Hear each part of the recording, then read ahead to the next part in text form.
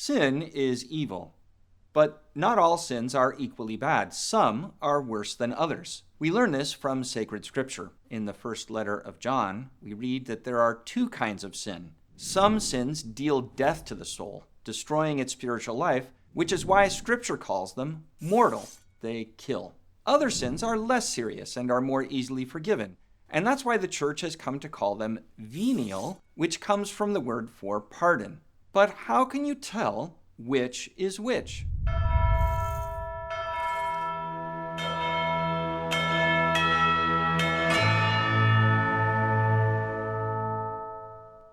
Jesus Christ came into the world to save sinners. That means he came into the world to save you and me, because if we're honest, we each say when we look into our hearts, I too am a sinner. Jesus really offers every sinner the possibility of being forgiven and of being strengthened by God's grace so that we'd be able to resist sin and to live in newness of life. But in seeking forgiveness, how can you tell the difference between mortal and venial sins? Broadly speaking, there are two ways. The first is theological, while the second is practical. Let's start with the theological explanation. St. Thomas Aquinas teaches that the heart of the Christian life is love or charity. God infuses into our hearts a divine love by which we begin to love him as our Father. This supernatural gift makes us his adopted sons and daughters. It gives us friendship with God, and by it, we begin to love God for his own sake and above all other things, as the ultimate end of our lives. This gift of charity must be given to us from above, Aquinas thinks, because it surpasses what we're capable of doing by our nature. And so, as long as we're in a state of grace, Aquinas thinks God is constantly pouring this love into our hearts. The theological account of mortal sin, then, is that it's a word, deed, or desire by which someone turns away from God and prefers some lower good more than God, even if the person isn't aiming at disrupting his relationship with God.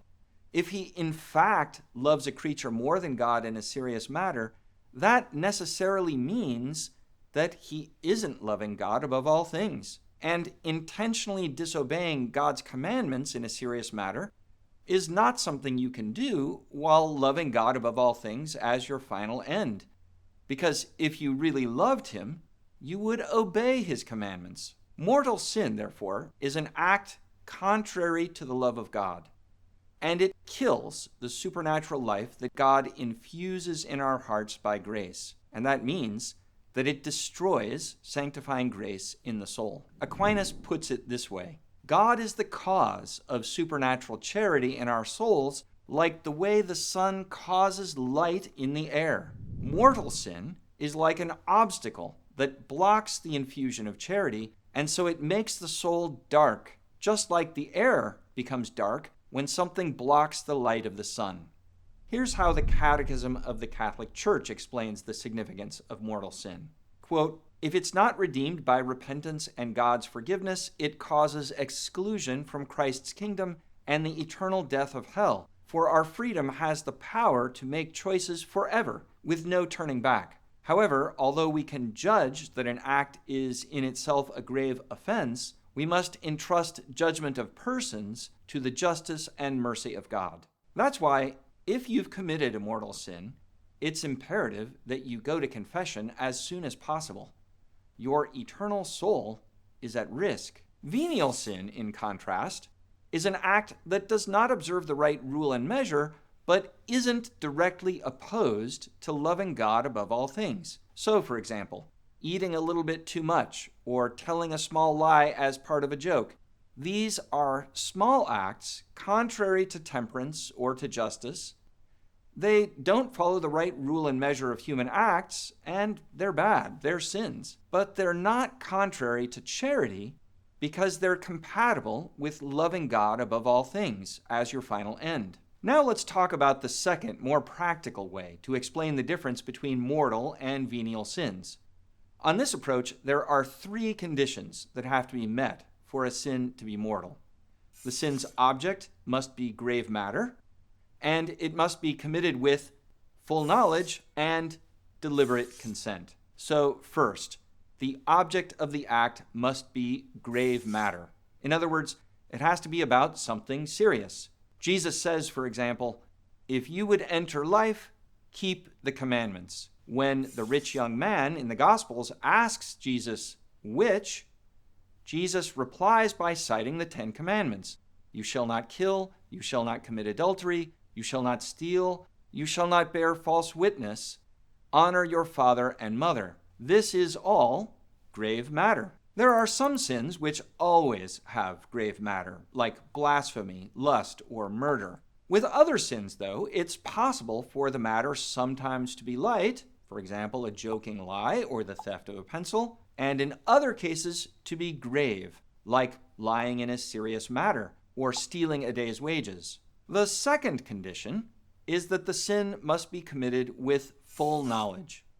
This doesn't mean that you have to know that what you're doing is a mortal sin, but you do have to know what you're doing. That is, you're not acting by accident, you're not half asleep or ignorant of what you're doing, and you have to know that what you're doing is wrong. The third condition is you have to give deliberate consent to the act. This means that your will is engaged, you're making a choice. Now, fear and passion can certainly diminish your consent, but normally they don't keep a sin from being mortal unless you're not able to control your action or are not fully in possession of yourself.